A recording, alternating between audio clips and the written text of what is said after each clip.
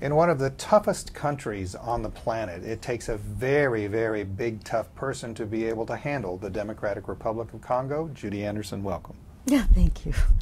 And I'm not handling the let me just clarify. So in the Congo, you've been working there, well, you actually grew up there, didn't you? Mm-hmm. And then you've been working there for about the last 12 years. Mm-hmm. What have you been doing?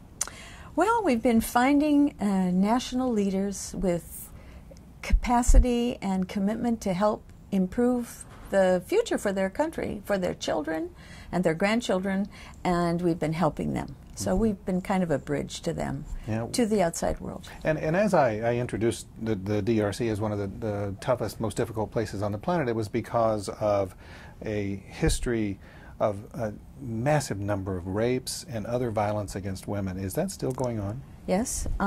They say that, I mean, Eastern Congo particularly, Western Congo is much more peaceful, and they have, their lives have much improved since the Civil War.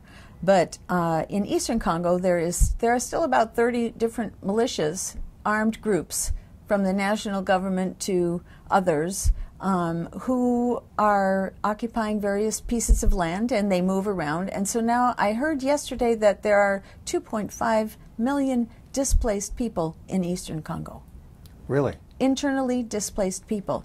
So if you had to leave your house in the middle of the night because you heard soldiers are coming, what would you take? You'd try and get all of your children, but you can't carry much more, especially if you're stumbling out in the dark, and you run and you run and you get in a whole flood of people, and you end up in a refugee camp that is an internally displaced refugee camp, doesn't have all the amenities that UNHCR or UN refugee camps for people in another country.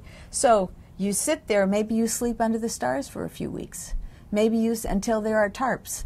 What do you do for water? There are food issues. You know, it's tough. I kind of want to go back to the Army. Yeah. So if the Army what are they coming for? Well, Congo,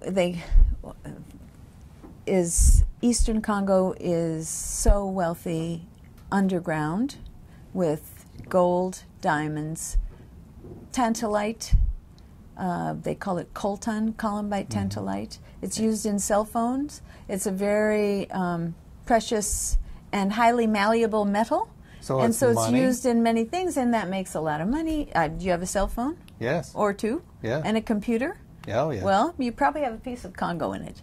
So it's easier to extract things if there's no settled government, and if you can get things out by paying people off, that's what happens. So the army is not. Is it a national army, or is it just? Well, there is a national army, and there is a rebellion at the moment composed of many soldiers that were in the national army, and then there are other militia groups. I mean, there's no formal induction system into the army. You can't volunteer to the army.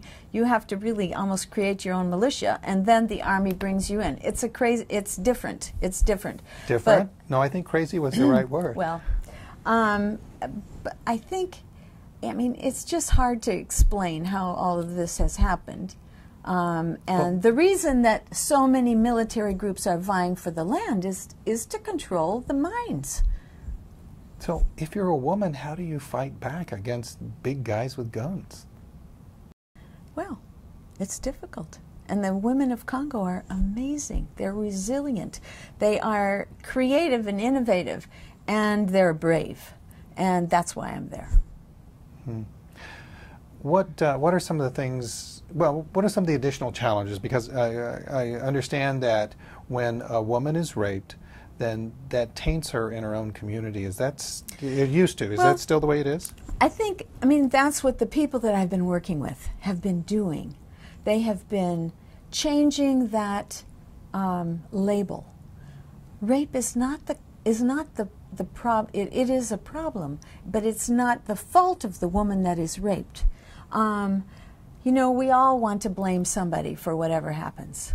And in politics, they blame one party or the other.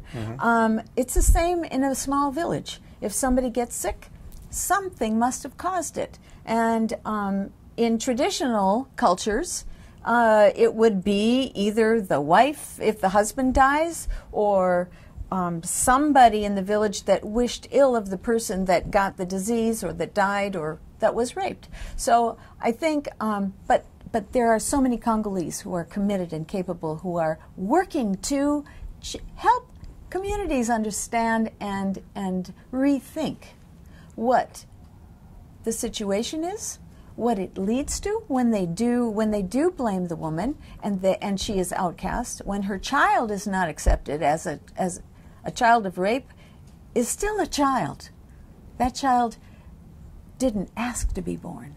And so the key for the future of that child is how the community treats the mother and the child. So I think these people know that, and they are working to change that. And in fact, Mama Muliri that you met, she has worked with 4 different tribal groups who have changed their tribal customs to come more in line with the Constitution of Congo that was changed in 2006. But many people don't know that there are protections afforded to women and children. So I think, you know, change is coming, and I can see it. And communities are changing the way they approach women, men and women together, working on behalf of their children. That's what it should be. And I think that's what they want it to be. So why not help them? For our audience, I did indeed meet Mama Muliri, and she is about 4 feet 10, and don't mess with Mama Muliri, because the tribal chieftains who tried to found out what it meant to mess with Mama Muliri. She was, there apparently are many women like her who are very strong, and they're standing up because they're standing up together. Is that what's happening? Standing up together, that's exactly right. And there are just groups, and you know, it's so encouraging when somebody encourages you. Then you get courage to encourage somebody else, and that's what these women are doing. They're teaching each other to read. They're teaching women new skills. They're teaching business. They're creating solidarity groups where they save and they work together to earn more money. To, for instance, safe motherhood savings groups. So women of childbearing age in a village can work together to earn money for the central pot for women that need to have maternity care and that need to go to a clinic, and spend $5. That's a lot of money. Many families would say, $5? We don't have $5. You know, if your wife is so weak she has to go to a maternity clinic, well then get another wife. That's right. And so that's why these cooperatives, these like self-insurance groups for women of childbearing age make such a huge difference, not only for the money, but also it keeps the woman from being criticized by her in-laws if she goes, because all the women in the village of childbearing age are going to help her family eat, her children will be taken care of, and she is not shamed for having left. So, you know, that's why it's the Congolese that have to do this. They know the culture, they know the constraints, they know the criticisms, and they know the opportunities. So I think, yeah, why wouldn't I do this? When we first talked with you a few years ago, things were very dismal. You seem to have more hope now. Well, I see what is happening, and I see the people. I know these people, men and women, that are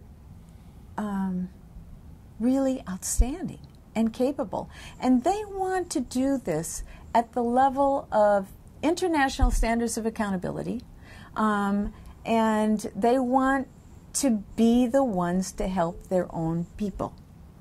So there are men involved in there are this men as well. involved as well. Who are some of the NGOs or some of the groups that are working there to make this change right happen? now we've been working with Heal Africa for many years, and there's a new organization called HOLD, H-O-L-D, Humanitarian Organization for Lasting Development. They just told me about this, and I think it's a very wonderful group of people who have a lot of experience with international NGOs and working together, and they are based on inclusiveness, participatory decision making, open accountability, and rotating leadership. And I think their first work is identifying 150 girls in Goma who are child mothers, who are abandoned women, they and their children, and will be helping them access education, access health care, and access hope through income generation. So, Judy Anderson, thank you very much for being with us. Pleasure, always.